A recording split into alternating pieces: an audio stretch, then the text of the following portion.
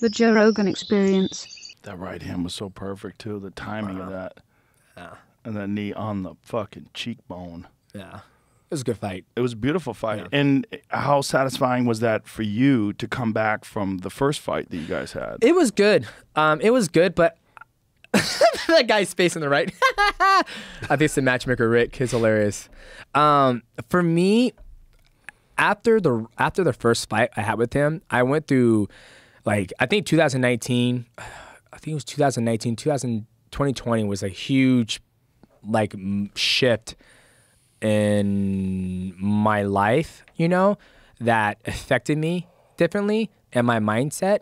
And so when I lost that first fight to him, I wasn't mad about losing. I was mad about I put so much pressure on myself about being perfect. And it just drove me insane. Like, everything I want to do is perfect. I still had that in me, but... In what way? What do you mean? So, I don't know, like, I felt like I remember being in a hotel room and we watched the fight, and then I felt like it was just after COVID. So my sister passed during, I was getting ready for a fight, right? This is where it kind of stemmed from. So I was getting ready for a fight.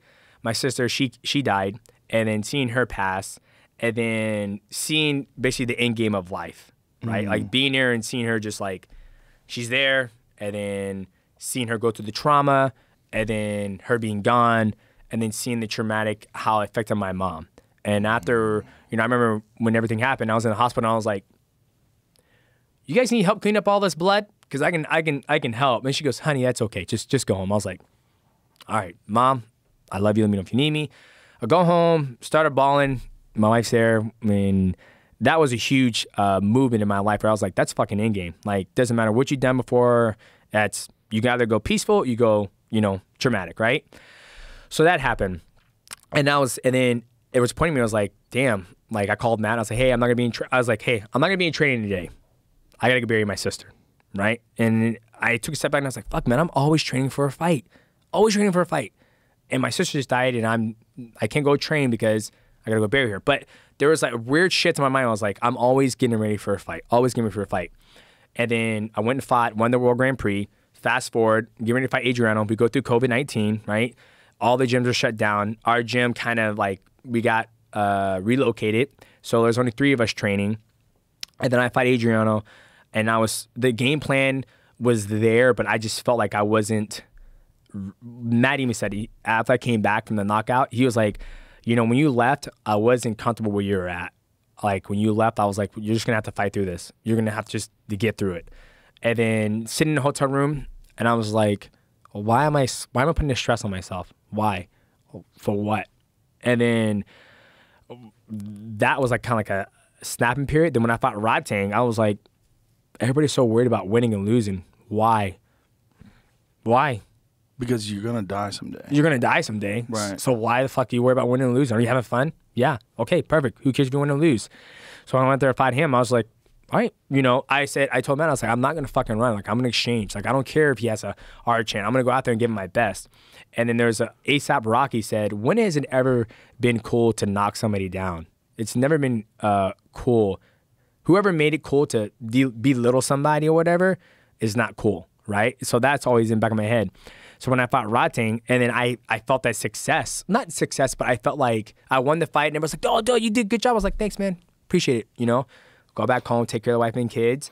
And then when I fought Adrian the second time, I was like, we do the training camp. It was probably the toughest training camp, but I started doing things different, right? Like, before I'm like, I gotta be perfect. I can't have any beer. I can't go watch a concert. I gotta be strict. And I was like, I think the last sparring session after the Adrian fight, I was like, went to a concert, had 2 beers, had a fucking chicken sandwich. And I'm like, I need to enjoy my life because eventually I'm going to die, right? And I don't want to be in my deathbed. I was like, man, I was so strict and all that stuff. Like, I want to enjoy my life. And so that right there, from that traumatic thing in my life, has just shifted my whole perspective. Like, on my birthday, August 13th, my wife was like, oh, we didn't get you any alcohol. We just got, all water. And I was like, no, give me a fucking glass of champagne. Like, I'm 36 years old. Like, I've been doing this for fucking, if I train 8 weeks and I can have one fucking beer and it's going to change my outcome of winning this fight, then I don't deserve to win the fight, I guess. So it is what it is.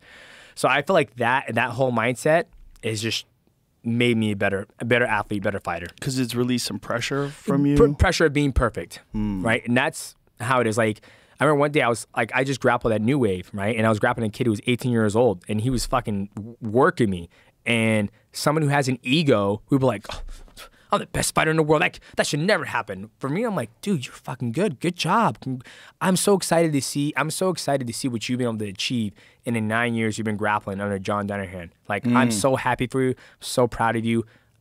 I want to follow you. I want to follow your career, right? Like, just my whole mindset has just shifted. And yeah, I don't know what it is. I mean, I know what it is. It's that. But for me, that's how I like to look at my fights now.